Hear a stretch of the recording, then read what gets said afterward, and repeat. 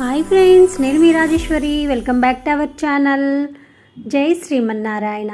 Friends, ఈరోజు వీడియోలో 2025 సంవత్సరంలో సంక్రాంతి ఎప్పుడు వచ్చింది అంటే జనవరి 14వ తారీఖు, జనవరి 15వ తారీఖు అనేది తెలుసుకుందామండి. అలాగే శుభ సమయము, అలాగే సూర్యుడు మకర రాశిలోకి ఎన్ని గంటలకు వెళ్తారు, ఇలాంటివన్నీ తెలుసుకుందాం. అలాగే ఆ రోజు చేయవలసిన దాన ధర్మాలు, పెద్దవాళ్ళకి బట్టలు పెడతారు కదండి. చాలామంది పెద్దవాళ్ళకి బట్టలు పెట్టుకునే ఆచారం ఉంటుంది. అది ఎప్పుడు పెట్టుకోవాలి అనేది ఈ వీడియోలో క్లియర్గా తెలుసుకుందాం ఫ్రెండ్స్. ఈ వీడియోని ఎక్కడ స్కిప్ చేయకుండా లాస్ట్ వరకు చూసి మీకు ఈ వీడియో నచ్చితే లైక్ చేయండి, షేర్ చేయండి. అలాగే మన ఛానల్ని ఫస్ట్ టైం చూస్తున్నట్లు సబ్స్క్రైబ్ చేసుకోవడం అస్సలు మర్చిపోవద్దు ఫ్రెండ్స్. ఇంకా వీడియోలోకి వెళ్ళిపోదామండి.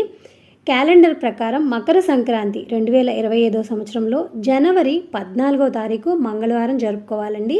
ఇక భోగి 13, మకర సంక్రాంతి 14, కనుమ 15వ తారీఖు అండి. ఈ 3 రోజులు తెలుగు వాళ్ళకి అత్యంత ప్రధానమైన పెద్ద పండుగగా పూజిస్తూ ఉంటారు. ఈరోజు ధాన్యం అనేది ఇంటికి వస్తుంది. ప్రతి ఒక్క రైతుకి, ధాన్యం పండించే వాళ్ళందరికీ, వ్యవసాయం చేసుకునే వాళ్ళకి చాలా పెద్ద పండుగ. కోళ్ల పందాలు, ఇక ధాన్యం ఇంటికి వస్తుంది. అందరూ ఇంట్లో సంబరం అనేది బాగా చేసుకుంటారు. ఇక ఈరోజు అంటే సంక్రాంతి రోజు ఉదయం 9:03 సూర్య భగవానుడు మకర రాశిలోకి ప్రవేశిస్తారండి.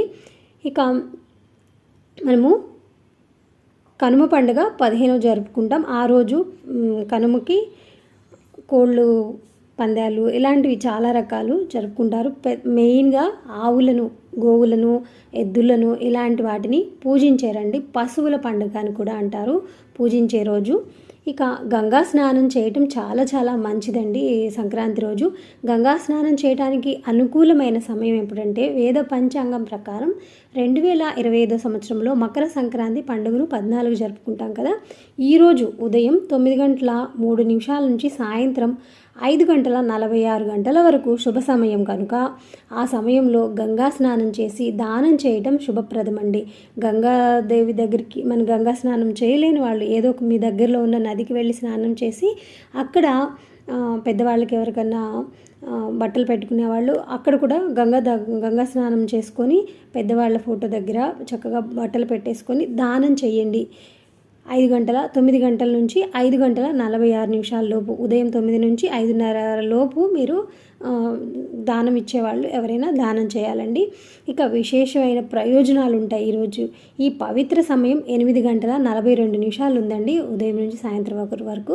మకర సంక్రాంతి మహాపుణ్యకాల సమయం వచ్చి ఉదయం 9 గంటల నుంచి 10:48 వరకు ఉంది. అంటే ఈ పవిత్ర కాలం మొత్తం 1:45 ఉంటుంది. పవిత్ర కాలం అండి, చాలా చాలా మంచి టైము.